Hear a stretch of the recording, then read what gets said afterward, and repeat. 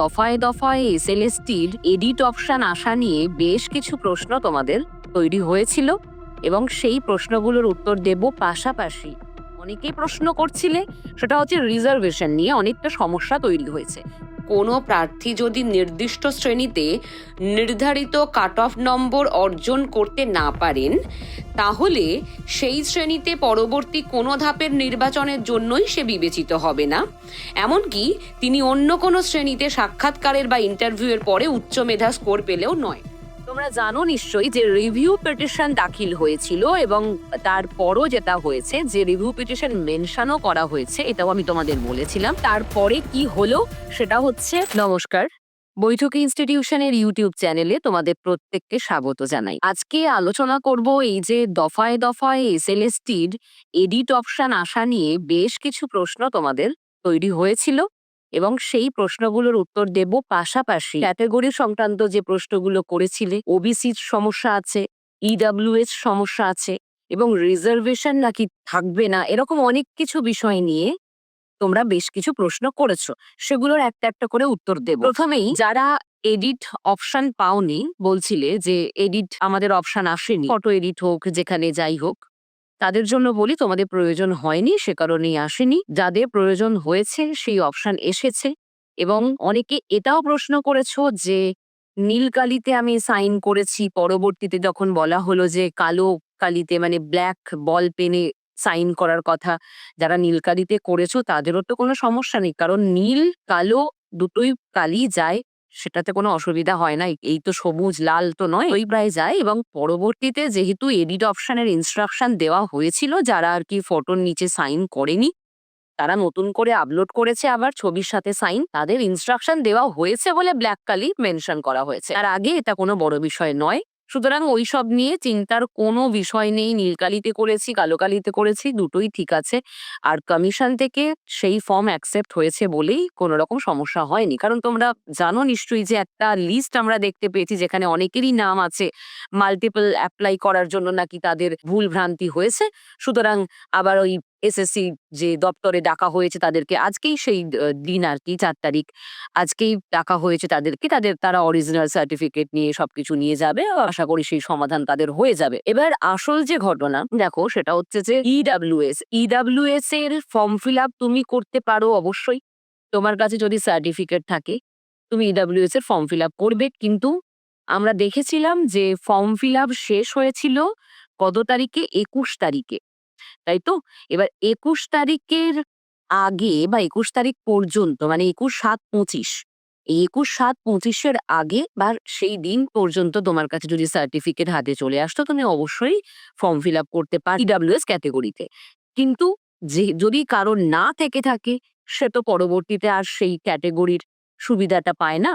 সুতরাং এটা তো স্বাভাবিক, এটা প্রত্যেকেই তোমরা জানো। তো যাদের আছে তারা আশা করি ফর্ম ফিল আপ করেছে এবং ক্যাটেগরি যে এডিট অপশন আসতে চলেছে, আগামীকাল থেকেই শুরু হচ্ছে, সেখানেও তারা নির্দিষ্ট করতে পারবে। যারা হয়তো করোনি তারাও করে নিতে পারবে, তোমার যদি আগের সার্টিফিকেট হয় বা তোমার সার্টিফিকেট যদি হাতে থাকে, সহজ কথা। এবারে আরেকটা সমস্যা, সব থেকে জটিল সমস্যা, ওবিসিরা কি করছে, ওবিসি এ, ওবিসি বি। আমি তো আগে একটা ভিডিওতে বলেইছিলাম তোমাদের যে ওবিসি এ যারা নতুন 140টি সম্প্রদায়ের মধ্যে ওবিসি এ হয়েছে, ওবিসি বি হয়েছে, নিজেরা দেখে নেবে, সেই অনুযায়ী এডিট করবে, যেহেতু আগামীকাল থেকে শুরু হচ্ছে। এবার আগে যা করেছো যা করনি সেগুলো এবার বাদ দেবে। যারা যারা ওবিসি আছো তারা দেখবে নিজেদের ড্যাশবোর্ডে যখন যাবে, ওয়েবসাইটে ড্যাশবোর্ডে যাবে, সেখানে গিয়ে ক্যাটেগরির জায়গায় দেখবে এডিট অপশন আসবে। সেখানে এডিট করার জন্য তোমার যেটা দরকার হবে সেটা হলো যে তুমি যদি 140টি সম্প্রদায়ের মধ্যে, মানে নতুন যে তালিকা তার মধ্যে এ ক্যাটেগরিতে থাকো, ওবিসি এ থাকো, তাহলে ওবিসি এ করবে, ওবিসি বি থাকলে বি করবে। আর এটাও তোমরা আশা করি জানো যে ওবিসি যে ওয়েবসাইট অনগ্রসর কল্যাণ দপ্তর, সেখানে যে ওয়েবসাইটে গিয়ে তোমাদের যার যা সার্টিফিকেট আছে সেগুলোকে আপডেট করানোর কথা বলা হয়েছে। এবার আপডেট করাবে অবশ্যই। এবং যারা ধরো আগে মানে ওই অনেকে আমাকে প্রশ্ন করছিল, আমার তো হাতে লেখা মানে ম্যানুয়ালি যাদের আছে মানে 2010-এর আগে, তারাও কিন্তু আপডেট করিয়ে নেবে, ঠিক আছে? এবার তোমরা নির্দিষ্ট ওয়েবসাইটে যাবে, সেখানে গিয়ে নাম্বার আছে ক্যাটেগরি সার্টিফিকেটের নাম্বার, সেই নাম্বার দিয়ে তোমরা আপডেট করিয়ে নেবে। এবার যারা জেনারেল, যারা ওবিসি হলো, তারা কি করবে? যারা ওবিসি ছিল না এতদিন, জেনারেল ছিল, তারা তো হয়েছে, তারা নতুন করে অ্যাপ্লাই করবে, এটাই আসল কথা। তারাও ওই ওয়েবসাইটে গিয়ে যেরকম ভাবে কাস্ট অ্যাপ্লাই করা যায়, দেখবে যেখানে আদার ব্যাকওয়ার্ড কাস্ট অ্যাপ্লাই করার অপশন থাকে, সেখানে অ্যাপ্লাই করবে। তাদের সমস্ত কিছু ক্রাইটেরিয়া যা থাকে সেগুলো সবকিছু পূরণ করবে, করে অ্যাপ্লাই করবে। ঠিক আছে? আচ্ছা, এইবার যে প্রসঙ্গটিতে আসবো, যেটা তোমরা অনেকেই প্রশ্ন করছিলে, সেটা হচ্ছে রিজার্ভেশন নিয়ে অনেকটা সমস্যা তৈরি হয়েছে। কেন তৈরি হলো? কর্মক্ষেত্রে আমরা ৪১ নম্বর পয়েন্ট যদি দেখি, আবার গেজেটে ৯ নম্বর যে রুলস যদি সেটা লক্ষ্য করি, সেখানে কি বলা হয়েছে একবার দেখো।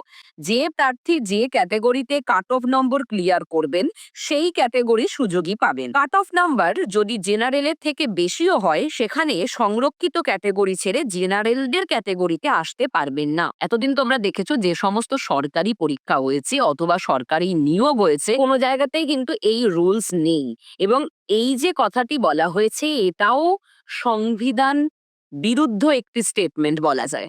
এবার যদি আমরা দেখি যে গেজেটের ৯ নম্বর পয়েন্ট বা রুলসে ঠিক কি বলা হয়েছে, সেটা একবার দেখো। একটু ভালো করে খেয়াল করলে দেখবে এই জায়গায় একদম সহজ করে বলা হয়েছে যে কোনো প্রার্থী যদি নির্দিষ্ট শ্রেণীতে নির্ধারিত কাট অফ নম্বর অর্জন করতে না পারেন, তাহলে সেই শ্রেণীতে পরবর্তী কোনো ধাপের নির্বাচনের জন্যই সে বিবেচিত হবে না।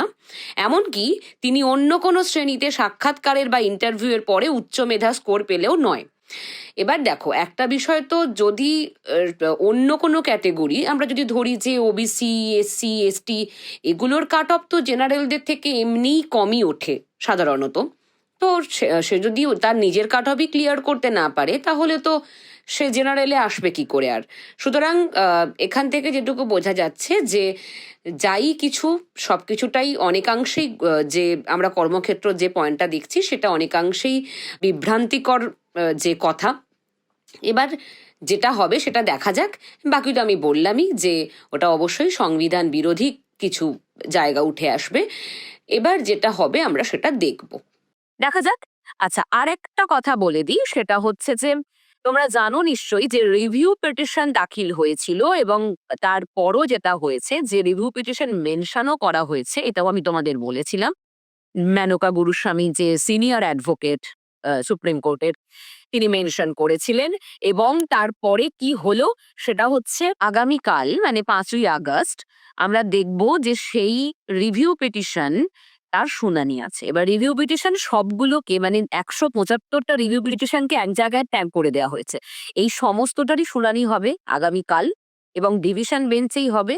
কি হয় সেটা দেখার বিষয়। তবে যদি কিছু ভালো হয়, যেরকম যোগ্য শিক্ষকরা যদি চাকরি ফিরে পান তাহলে খুবই ভালো হবে। কারণ তারা চাকরি ফিরে পেলে এদিকে কম্পিটিশনটাও নতুনদের অনেকটা কম হবে এবং সমানে সমানে লড়াই হবে। এই ১০ নম্বর অভিজ্ঞতার নম্বর এরকম কিছু থাকছে না। ১০০ নম্বরে পরীক্ষা সবাই দেবে। সেখানে যেমন সিট সংখ্যাও বৃদ্ধি পাবে, আবার পাশাপাশি কম্পিটিশনটাও কম হবে। এবার যা হবে আশা করি ভালোর জন্যই হবে, সেটা আমাদের দেখতে হবে। কালকে কি হচ্ছে তোমাদের সবটা জানাবো। তার আগে যাদের যা কিছু প্রশ্ন ছিল আশা করি সেগুলো ক্লিয়ার করেছি।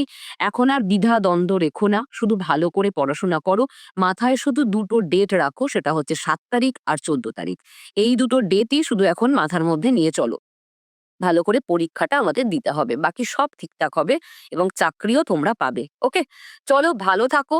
আর অবশ্যই চ্যানেলটিকে সাবস্ক্রাইব করো যদি তোমার মনে হয় যে এই ভিডিওগুলো তোমার জন্য সাহায্য করবে। তো তাহলে পরবর্তী ভিডিওতে আবার দেখা হবে। ভালো করে পড়াশোনা চালিয়ে যাও আর ভালো থেকো অবশ্যই।